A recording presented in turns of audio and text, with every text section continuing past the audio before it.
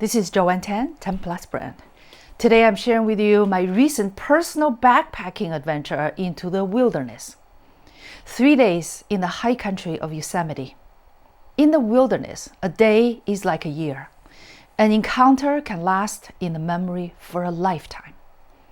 Was it the quiet mountains, deep forest, vast sky, and a lack of human presence for miles and miles that makes the wilderness experience so pristine, indelible, and indescribable?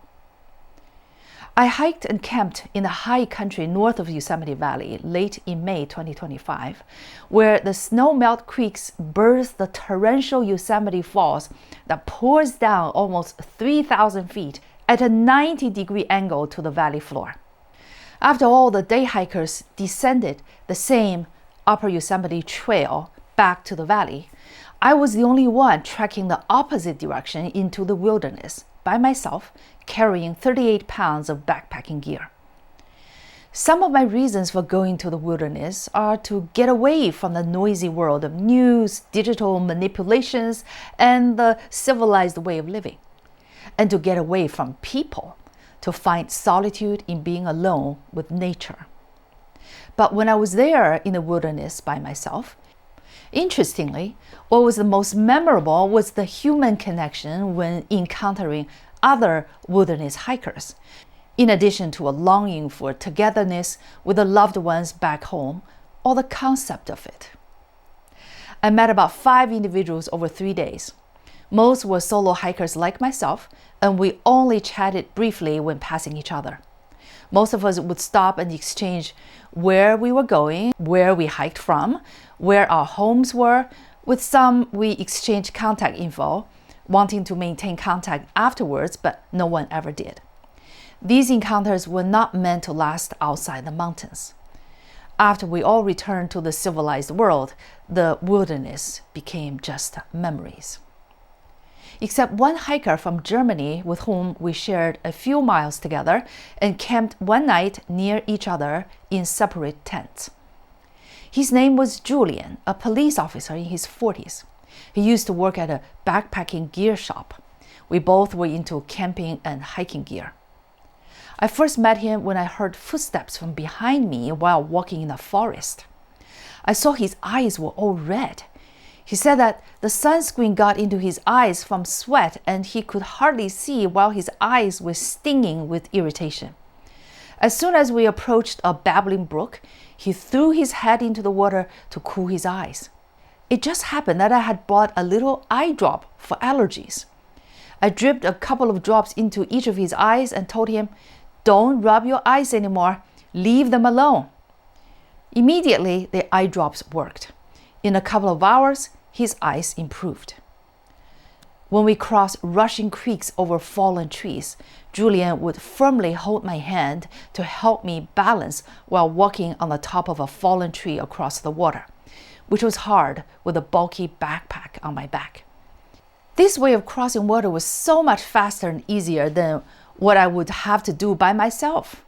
Take off the backpack, change boots into sandals, tie the boots onto the backpack, strap the backpack onto my back again, wade through the water with my trekking poles, then unfasten the backpack, change back into boots, tie the sandals back on the pack, and continue. The year before, I fell into the creek after slipping on a rock in the water when I was with a group of young people hiking towards the high Sierras. The wet clothes and soaked backpack weighed a lot more.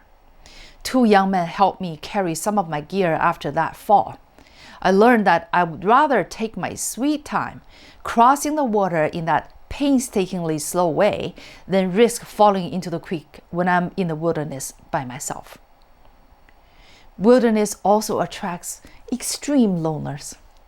One young woman with a backpack looked so uncomfortable on the shared narrow trail walking towards us, averting her eyes while nervously passing us. That seemed like extreme shyness or borderline antisocial. This unexpected companionship with Julian came to an end when the next day, after we hiked to the top of North Dome, he needed to go in a different direction. In the wilderness, Friendship and human connection was as random, detached, and pure as the snow-melt water splashing down the creek. It happened without expectation, thought, intention, or attachment. That environment made human interaction simple and genuine. Strangers automatically look out for others. Helping each other came so naturally. I too found true joy and satisfaction that I could help others, either with a few mosquito-repellent wipes for a young lad who was badly attacked by mosquitoes, or with my eye drops for Julian. The purity of human connection, be it friendship, altruism, love, and the pulling of the heartstrings in any shape or form, but so randomly that it cannot be categorized or quantified. All of the above and none of the above. But it's always a personal endeavor to hike one's own journey to the destination. Just like in life, we each must take one step ahead of another to reach our own destiny. The journey is my own. It is better to share a part of it with another, but no one can do it for me. In a sense, wilderness backpacking is like a pilgrimage. More than the muscle mass that is strengthened, it is the relationship with myself and with the divine that is so searchingly and soulfully tested, sought, and strengthened. In the wilderness, the gratitude to the Almighty is unleashed uninhibitedly. The grandeur calls for deep howling to the vastness. God, thank you, I love you. That's the least I can say and do for the Creator, for the breathtaking beauty that ceaselessly awes me. In the wilderness, the truth comes to me. It is always many steps ahead of me. It reveals to me. I wrote down my memories as soon as I returned home with about 12 pages of raw materials. This is the distilled version after almost 2 months. I hope to organize and publish the entire story someday into a book. As a photographer, reviewing and editing the photos I took is another aspect of completing my journey and sharing it with others who cannot be there. This I will always remember. The awe of facing the silent presence of Half Dome, only viewable from the steep and treacherous trail across the valley from it. Only at a particular stretch on the trail while hiking the entire 2,600 feet, down over 6 to 7 miles. I felt like I was in the silent presence of God. I was so awestruck that I could hardly move my feet. This I will always remember. The genuine admiration from the way some young men looked at me after they struggled up the 3,000 height without carrying weight, like my 38 pounds of backpack, and saw me about to venture into the vast wilderness by myself. I will never forget the look in their eyes. This I will always remember. Among so many hundreds of people on the crowded valley trail, search and rescue volunteers spotted me from all these day hikers and tourists and asked me while showing a photo of a missing young woman, "Did you see her up in the high country?" They knew without asking me that I just came back from the high country just by looking at what I was wearing and carrying. I was asked twice by 2 different SNR teams. I felt honored that they recognized me as a true pro. I was proud of the fact that I have finally earned this stature and respect, a pro backpacker. Now I have seen Half Dome from all sides, top, bottom, front, both sides, and back. The most unimpressive side of Half Dome is just the bald head from behind when I backpacked into the Southern Territory from the valley. The most viewed west side of Half Dome has a beak or lip on top, which is what all the tourists see from the valley. This side is even more awesome when climbing up to Glacier Point. From the top of Yosemite Falls, this side of Half Dome stands out against the background of snow-covered peaks. When Half Dome is viewed from the east side, on the way to Cloud's Rest, which is 1,000 feet taller than Half Dome, the top of Half Dome looks like a turtle.